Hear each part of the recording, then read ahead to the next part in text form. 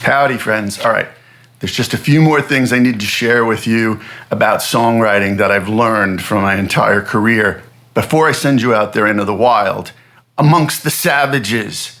And the first one is you have to have the heart of a poet. You're not a reporter.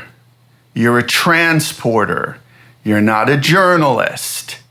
You're not reporting the news. You're supposed to have the heart of a poet and be transporting people to another place, forgetting their daily woes, forgetting their lives, lifting them into the stratosphere. You're a transporter. That's the number one lesson. And the way to do that is to have the heart of a poet. Let me give you a line from the great Paul Simon from the song Graceland. She comes back to tell me she's gone, as if I didn't know that, as if I didn't know my own bed, as if I didn't notice the way she brushed her hair from her forehead. All right? The heart of a poet.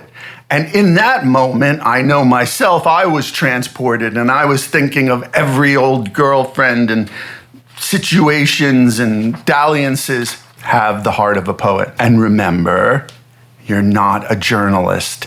You're not simply taking lines out of your journal or telling them the daily news. You need to transport them. Here's another example from Paul Simon. He wrote a great song that's often overlooked, but it's one of his better songs called Renee and Georgette Magritte with Their Dog After the War. Now, the song sounds unusual, right? But it's a beautiful song, and it starts out, Renee and Georgette Magritte with their dog after the war return to their hotel suite, and they unlock the door. So you see the rhyming pattern, right? Okay. The deep forbidden music they'd been longing for, Renee and Georgette Magritte with their dog after the war. And this is the pattern that continues for almost most of the song, except right before the bridge. And I remember the first time I heard the song, I'm like, how does he get it? What is he doing? He's breaking the pattern. How does he get himself out of this? The heart of a poet and a genius. The easy stream of laughter flowing through the air. Renee and Georgette Magritte with their dog après la guerre. After the war in French. He wrote himself into a corner, but he's so brilliant and he has the heart of a poet. He wrote himself out of it. Also, he might have planned it because it's so beautiful and brilliant because the characters were French. Anyway, the heart of a poet. Joni Mitchell has it, Bob Dylan, the Beatles, Hoagy Carmichael, Cole Porter, all the greats.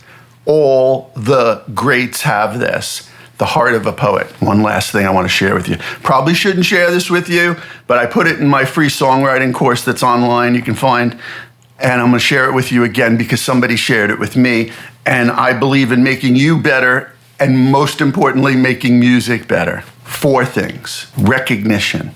Every great song of all time, the first few lines has recognition in it. It has something that the listener, the audience, recognizes in themselves, and it pulls them into the song. 2, revelation. A few lines later, it reveals something to the listener that they might not have known about themselves, but they recognize and go, oh, well, that's a different way of looking at it, and I never would have thought of that. Revelation. 3, transcendence.